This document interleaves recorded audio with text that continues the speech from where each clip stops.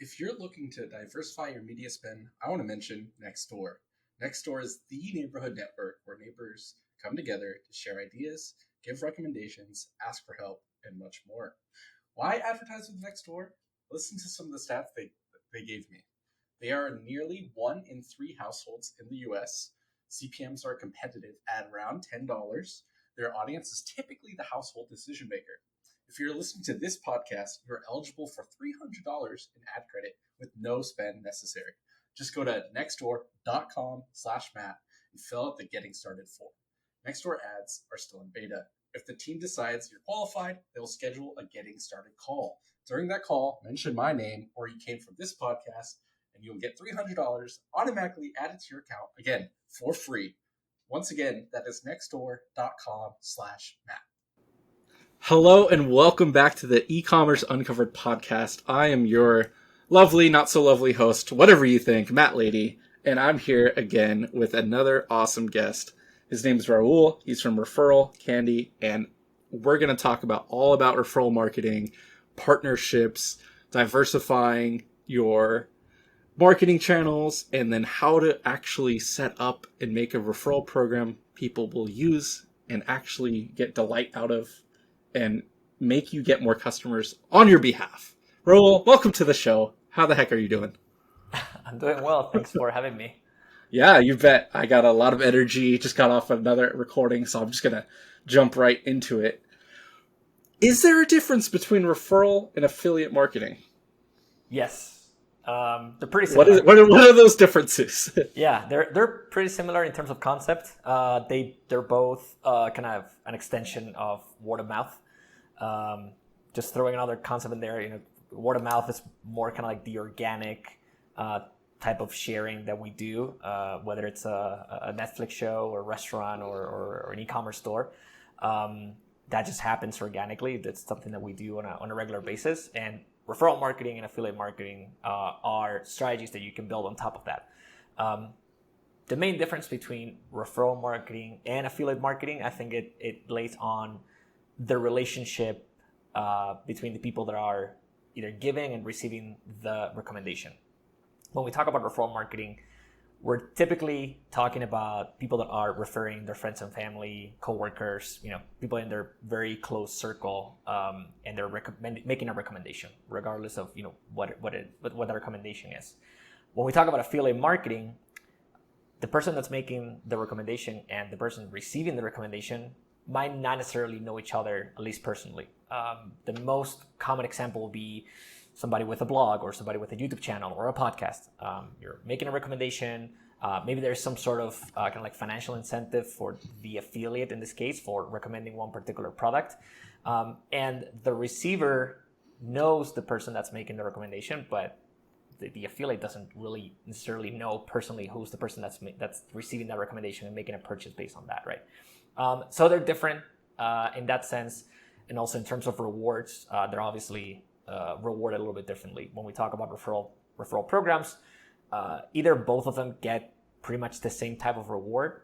The existing customer gets maybe a percentage off of their next purchase or a cash reward or a free product. And the friend is going to get something similar, actually, in terms of percentages or in terms of dollar amount. Sometimes even the friend gets more than the person making the recommendation because those referrals are probably going to happen no matter what.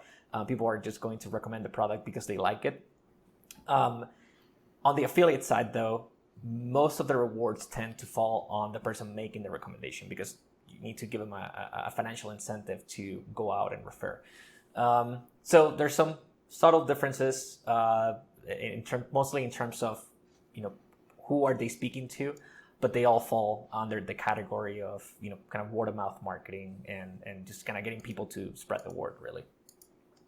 Awesome. Yeah, that was a good breakdown, and I like how you started with on top of word of mouth. It is, right. It's essentially still word of mouth. We're just channeling it a little differently, referral and affiliate. So affiliate, how I'm thinking about it from what you said, is one to many, and it's like, hey, hopefully if you're interested, take it. If you're not, don't really care. It's just like, typically it's a little section in a blog post. It's just like, I'm reviewing this product, or I tried this out recently, whatever, Referral is more personal, one-to-one, one-to-few, right? Matt, I just purchased this Nike hoodie, and I'm gonna go, hey friend, here's my referral code for this thing. Right. Okay. That's a good way to start us off, and lay a foundation there. Affiliate versus referral. That's really good. Where do people's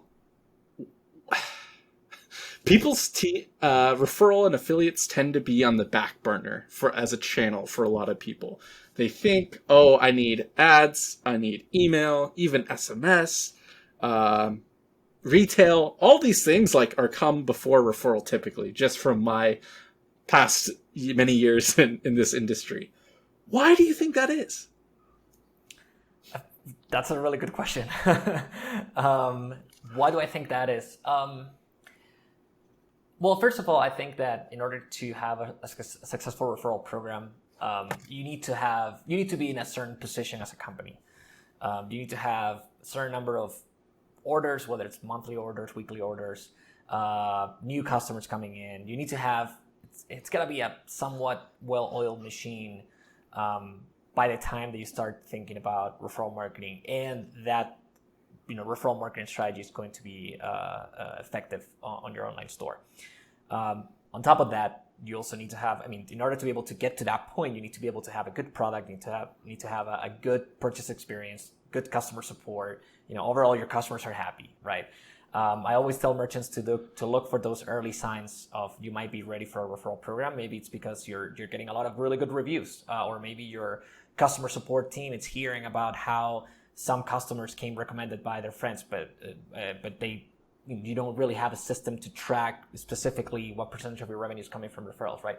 So those early signs are typically a good point for you as a founder to realize, hey, maybe this is something I should start working on. Now, why is it something that merchants don't think about right away? It's because if you don't have any customers, nobody's going to refer you, right? So you need to start somewhere.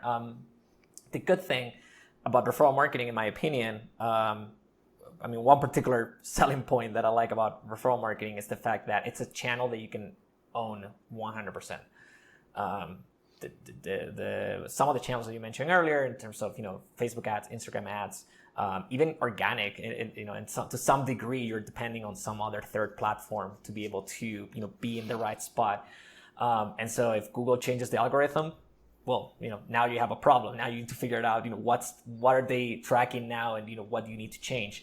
If Facebook all of a sudden shuts down your Facebook ads account and you don't know why, you need to contact them and figure out what happened, or whatever it is really. Or if more competitors enter the space, now you're spending more money to acquire maybe the same amount of customers. But referral marketing, you are just leveraging your customer base, turning them into salespeople, into your marketing team, right? So it's something you can fully own. Even if you change platforms, you still have that kind of like sales force ready to go and refer their friends and family.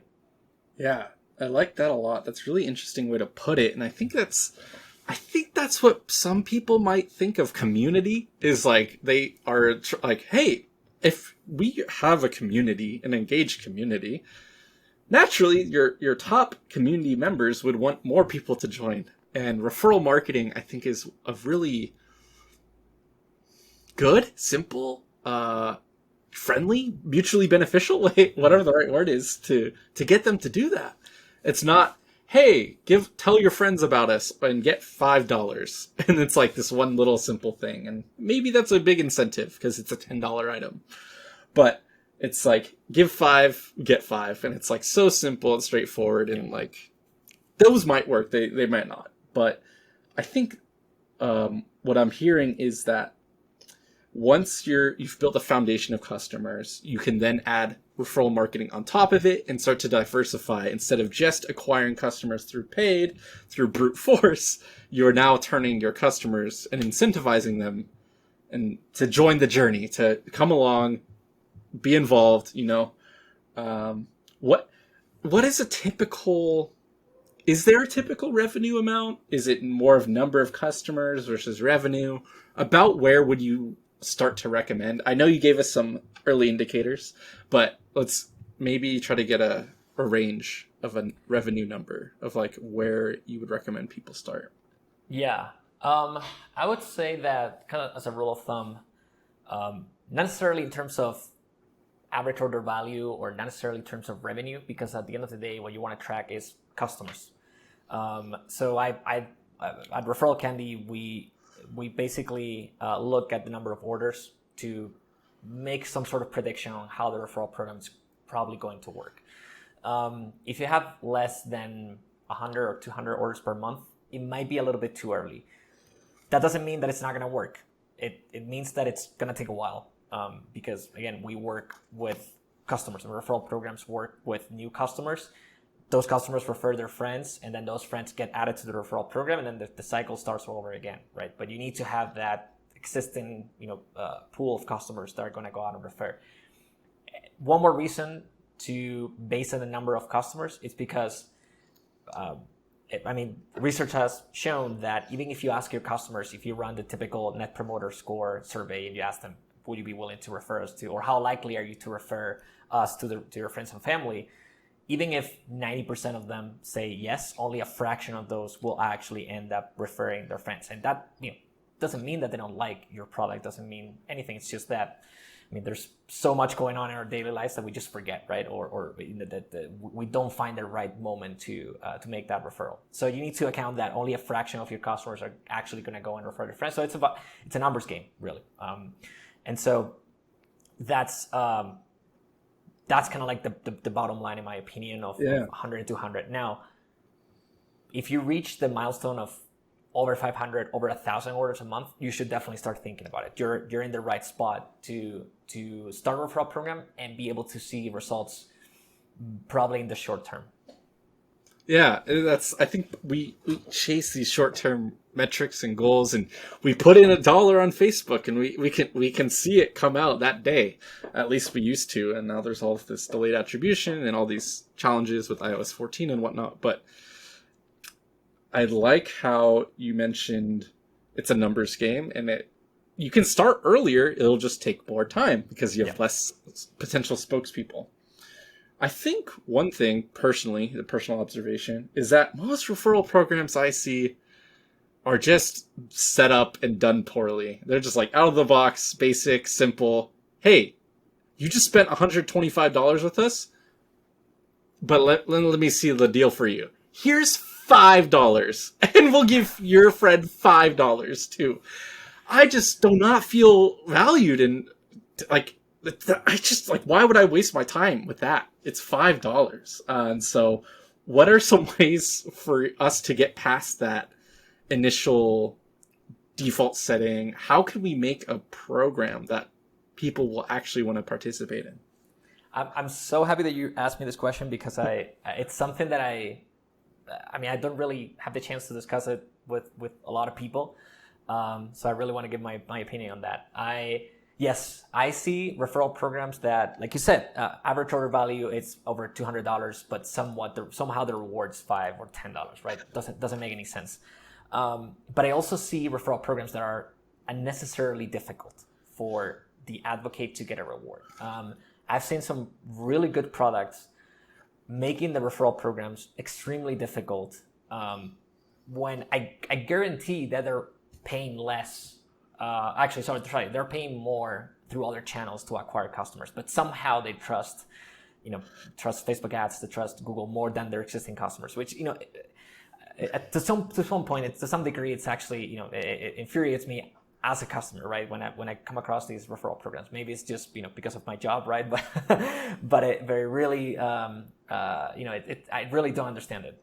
When you look at the numbers, and also you consider the fact that referral marketing, it's 100%, almost 100% based on performance.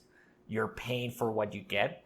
That doesn't really happen in a lot of different, other channels that might be available for you as a company. Whether you're a multinational company or a startup, you don't really have that many channels in which you can fully control what you're spending and what you're getting, without having to pay anything up front or anything like that, right?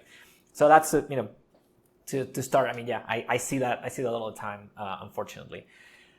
How can we get past that? I think one of the aspects that make brands go down that route of okay, well, we're not gonna give really high rewards. I think it's because they're afraid of potential fraud, and I totally understand. They're probably afraid that people are going to try to game the system and like maybe refer themselves and all that kind of stuff. I mean, which is in terms of ReferralCandy, we've built a lot of the features that we built, especially over the past few years. We've put a lot of efforts into improving our fraud detection rather than other. We've actually probably put on hold other features that were probably more shiny to focus on making sure that customers are not getting fraud, or if they're getting fraud, they're getting alerted by it and they can take action, right? So I think that's probably the main reason why. But at the same time, obviously we have lots of examples of really successful brands that understand their customer base and understand that by setting the right type of rewards, they can make the referral program work extremely well. There's several examples, but there's one that I particularly like from a subscription service that works with us, that they give 50% off to the friend. So the friend gets the product half off, the first subscription half price off, and then the advocate gets a free renewal. So they're basically given like 1.5 times their product for free for that particular month. And the reason why they do it is because they know that their customers are going to stick around for a really long time. They know that, sure, we'll give you 50% off and then we'll also give another product for free, but we know that both of them are going to stick around for a really long time because we're just giving them an incentive to do so. And they are extremely sure that their product, it's going to be exactly what they're looking for and they're going to love the product. So, all they need is a little incentive to see the product for themselves and then they'll be hooked. That's amazing, and I think more people I want to take a second and just talk about what you just said. The last couple minutes is incredible. Instead of paying Facebook $500 a day and hopefully getting 10 purchases back, that money just goes into Facebook's abyss in their deep $1 trillion pockets. Or you can guarantee you only pay out the other customer. That just as a Facebook ads guy and email agency, that just is kind of blowing my mind a little bit. I might need to look into referral marketing for 2022 as a way to diversify away, because that's so just a little mind blowing right now. Of hey, you have a fixed CPA, cost per acquisition. Yep. You do not pay out until that actually happens. Even if they give the gift, the referral, and that person doesn't buy, you don't lose anything. Yep. And I bet you have way more data and numbers to back up this random claim I'm going to have.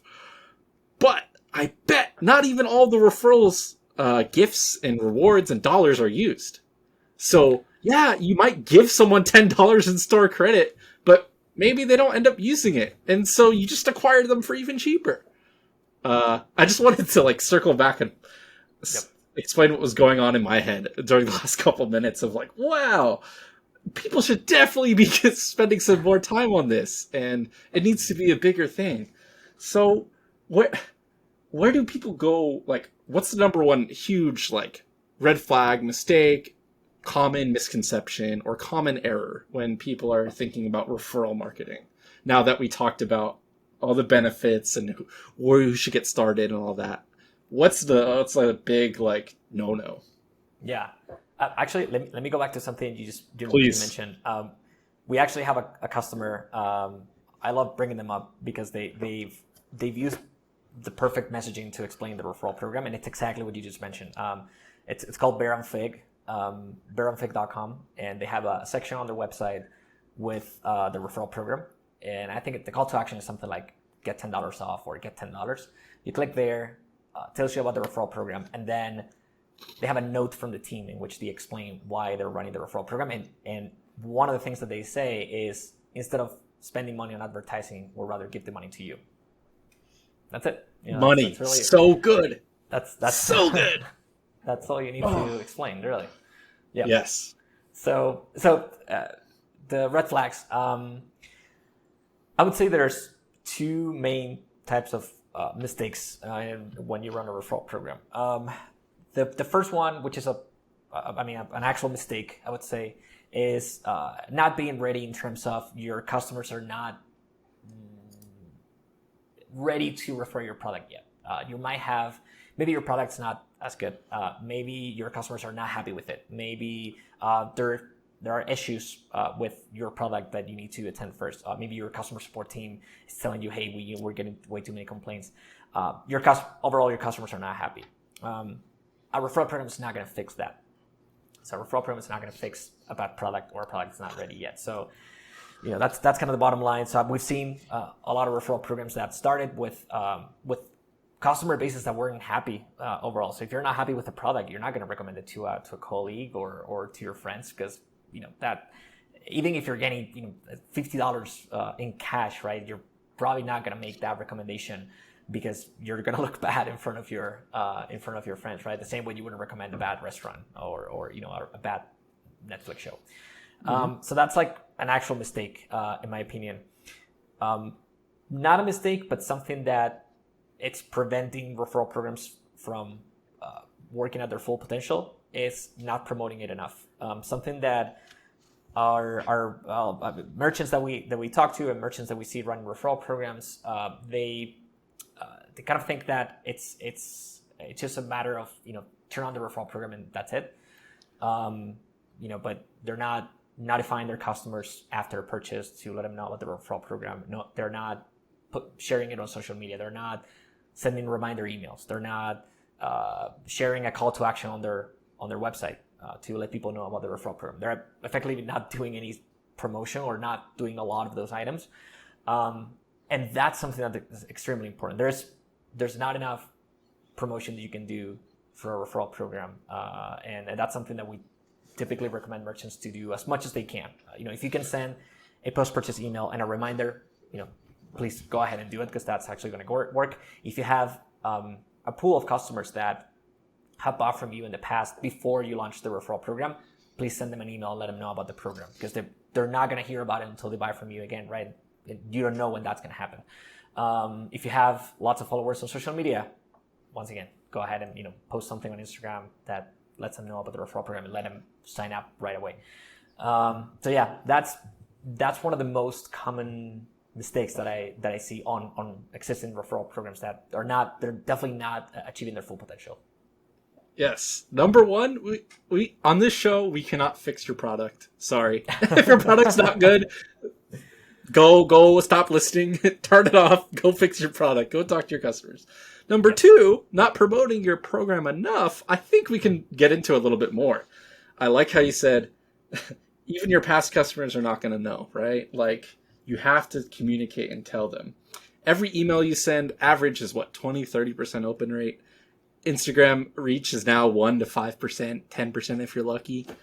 Even if you get tired of saying it, it's not enough yet. Not everyone knows about it.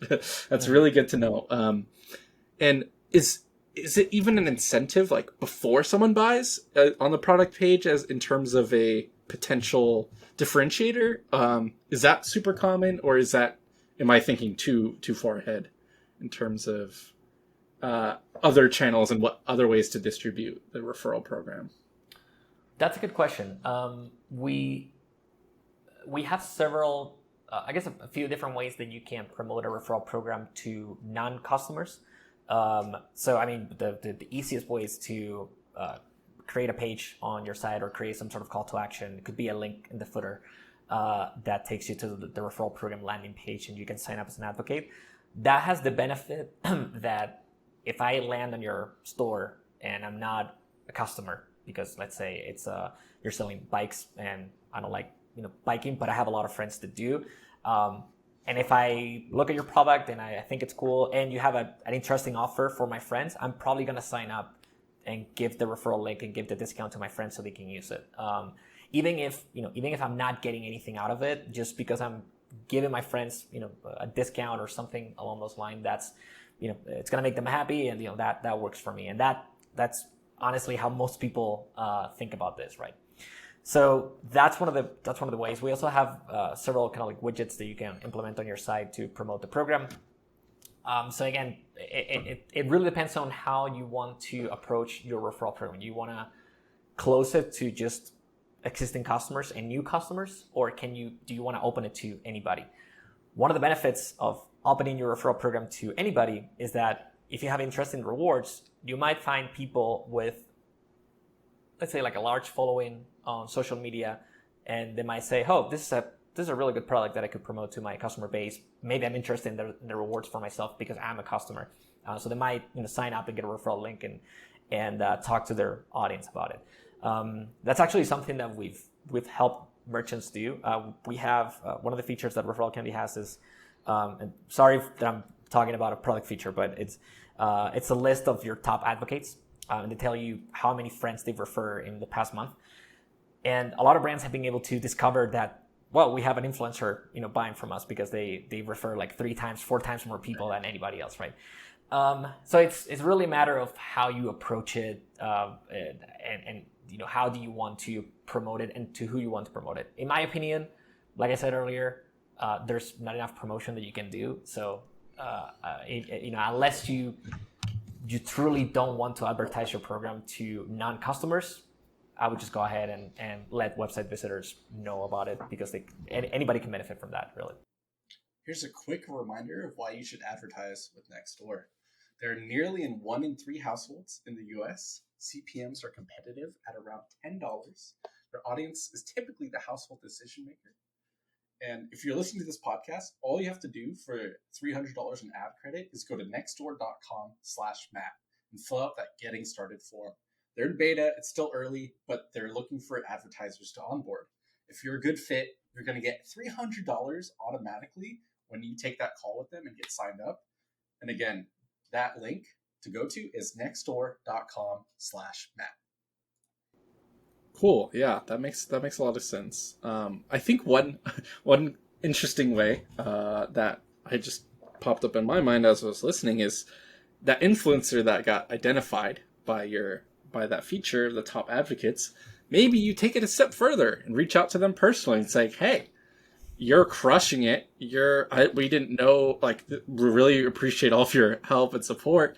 Let's talk partnership. Let's talk a deal, not just taking that referral person and treating them like a VIP, a true VIP."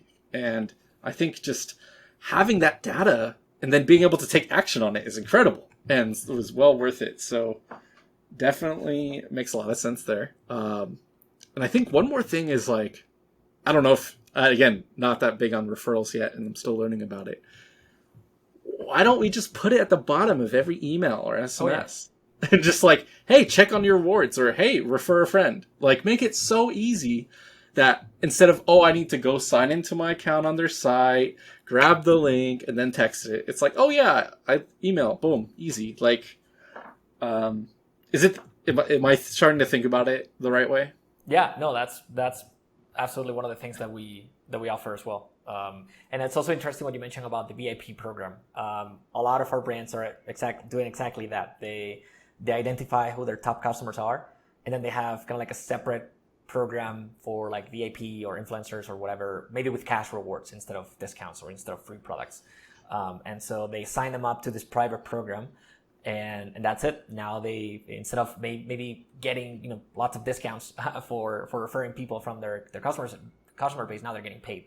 And so you can build this relationship with somebody that has, and that's actually one of the things that I really like about influencer marketing, and I think it relates to referral marketing a lot.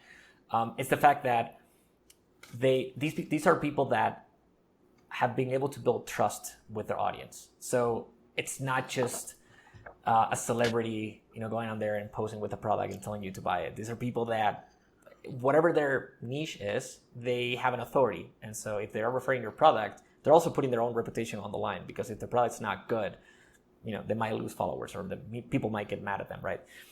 So that component of trust, I think it's also really important. And yeah, we see it all the time. And it's also another channel that you can own as a company. You don't depend on, or almost fully own. Yes. Almost fully own is the name, is good as you'll get sometimes with some of these tech companies. Yeah. And these tools, is almost fully owned. Yes, the VIP, truly above and beyond. Make them make them a partner. Yeah, don't just, oh yeah, you're doing better than everyone else, and yeah, I'll just keep doing it. Like, why would you not double down on that and add more ad spend, so to speak, and add more time and add more resources to support that person? Yep. You might even start to, this might be for way bigger brands, but something to think about maybe is like a referral specialist, like a marketing coordinator like just helps the customer support, helps, how can I better promote my offers? Like, stuff like that. It's just fascinating, all the things that opens up. Yep.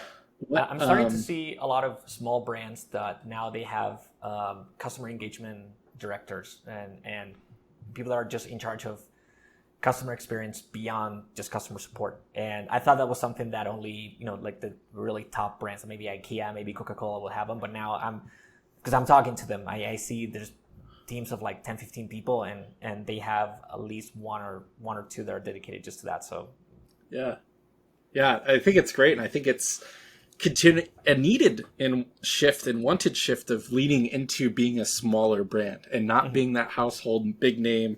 You have to call, wait in a line and all this stuff. It's just like, just text the founder or just like email them and they'll respond, like not, we'll get back to you in 3 to 5 business days. It's like that our world is much quicker than that nowadays. So I think that smaller teams and emphasizing that customer support experience better, not necessarily support, but customer experience person better, really neat.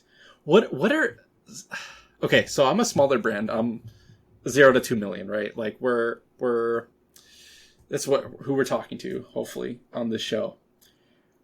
I am bootstrapped. This past year has been tough. Supply chains, this, Facebook ads, that. I don't have a ton of money to just give back to my own customers, but I want to try referral marketing. What are some other gifts, some other rewards that you see that are available to give instead of just cash?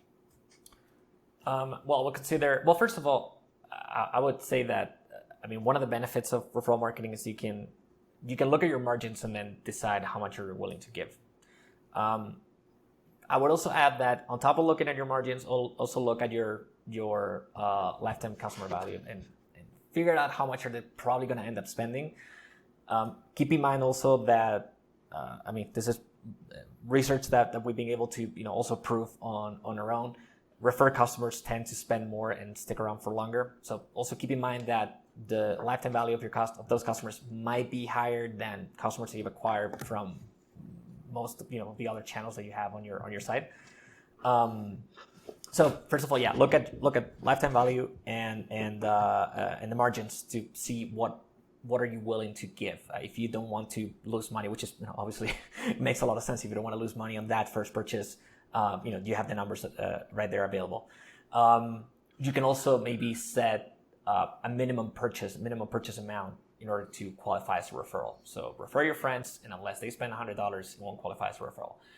I'm not a big fan of that because it means that you're probably going to make it difficult or more difficult for advocates to refer their friends. If the limit is $100 and the friend spends $99, they're not going to get a reward, and they're probably going to get mad, or they're probably going to ask for questions. So try to make it as simple as possible.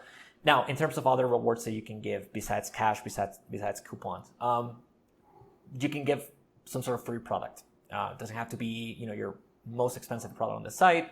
I've actually discussed with some agencies the possibility of maybe if you have products from previous seasons or products that you've overstocked that you haven't been able to put in the market, maybe offer those as a reward.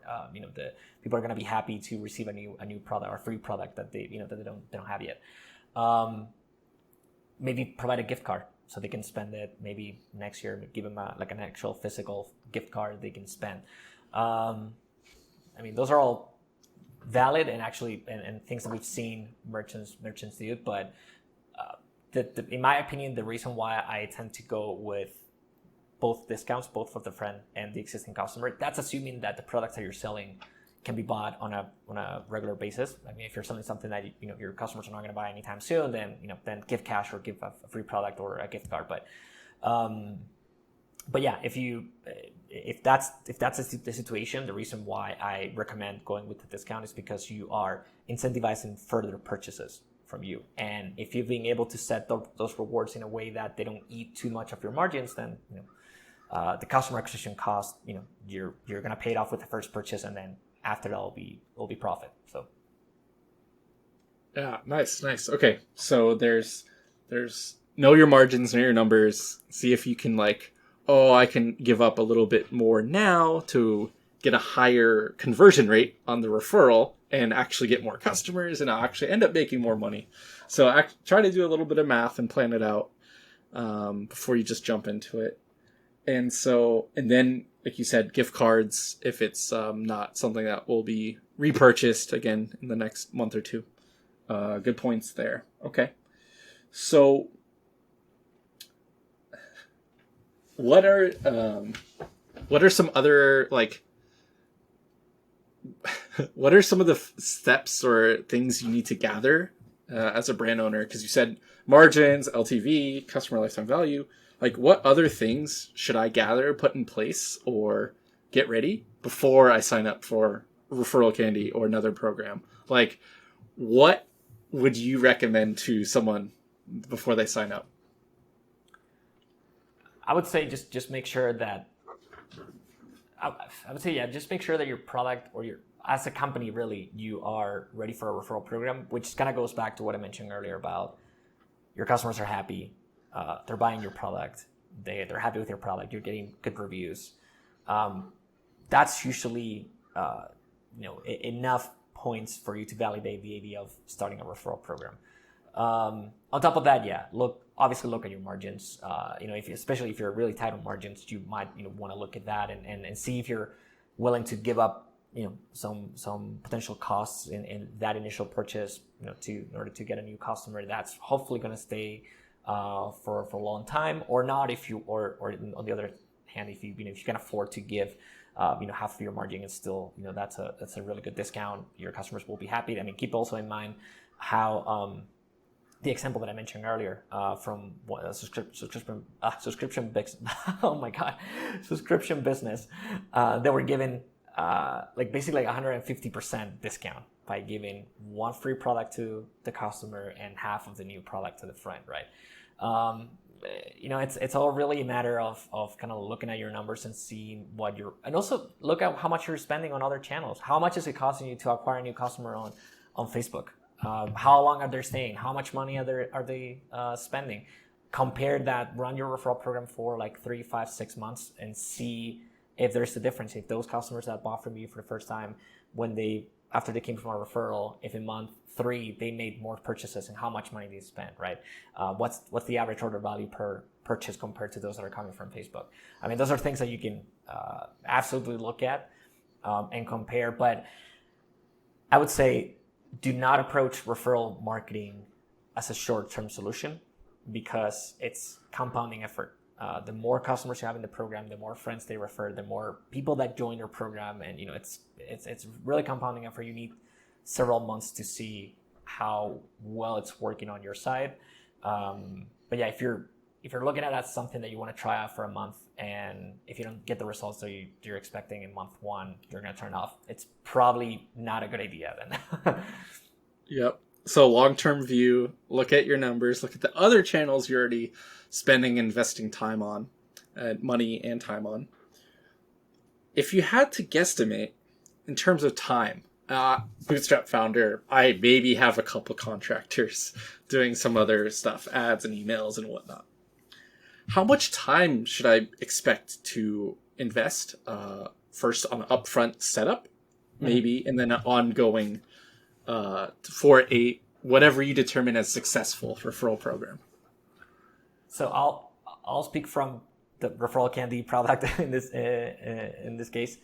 One of the things that we've done at ReferralCandy is that from the very beginning we wanted to kind of level the playing field for brands of any size in terms of how easy it is for them to run a referral program, and also to set it up, and also how much they're paying for it.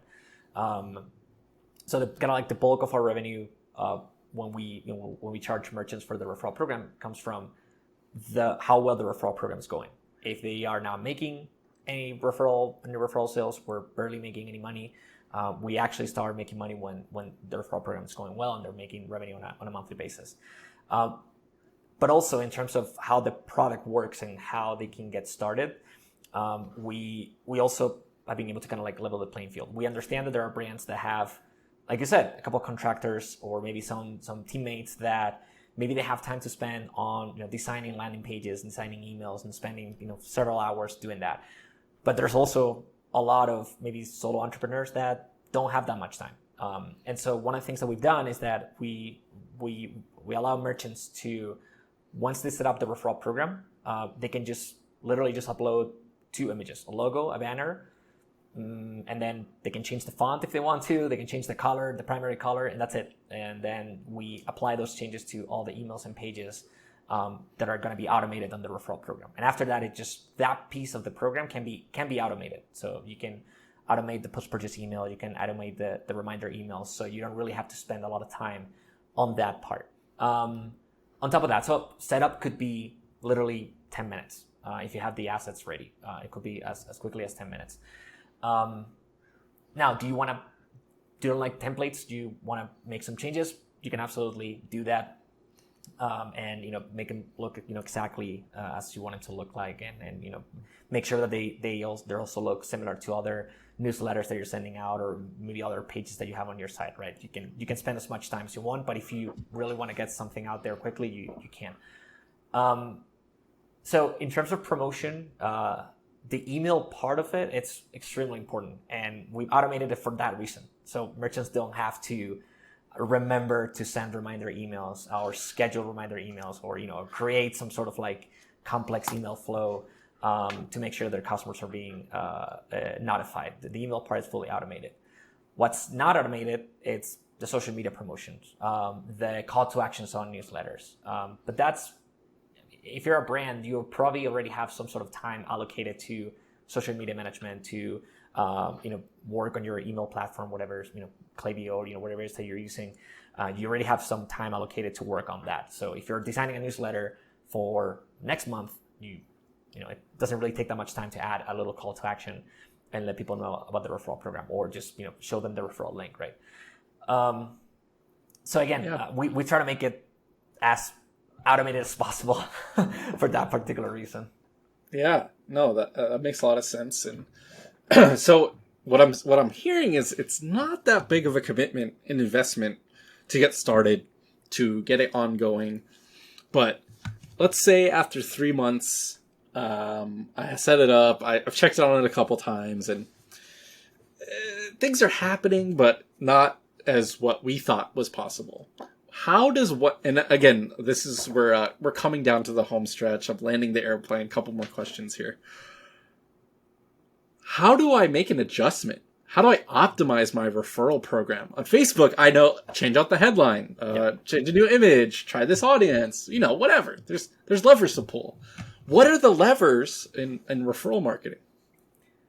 In my opinion, the number one is the rewards. So if everything is falling in place, as we mentioned earlier, number of orders that you have per month, happy customers, good reviews, etc., and your referral program is now working as well as you thought it would be, maybe it's time to look at the rewards. You can change them anytime. So one of the things that we allow is that if you change your rewards, it's not going to affect previous rewards that have been earned by past customers. So, if I got a 50% discount and then all of a sudden it changes to $10, I still have a 50% discount because I earned it.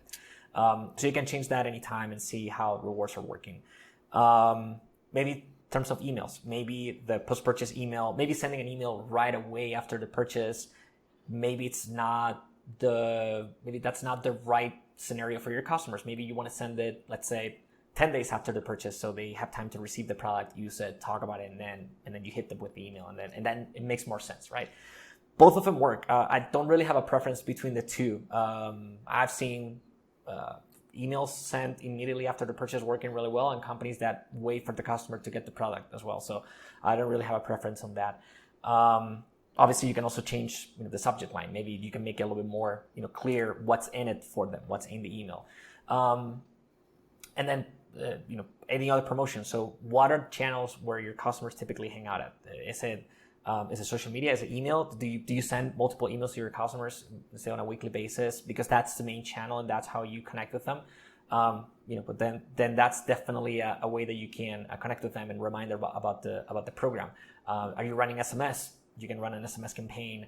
I mean, SMS has the highest open rate in the world, right? So, if you send them an SMS to let them know about the referral program, you send them a link to the referral program sign up page or the page where they can access their own referral link, they're definitely going to open it, right?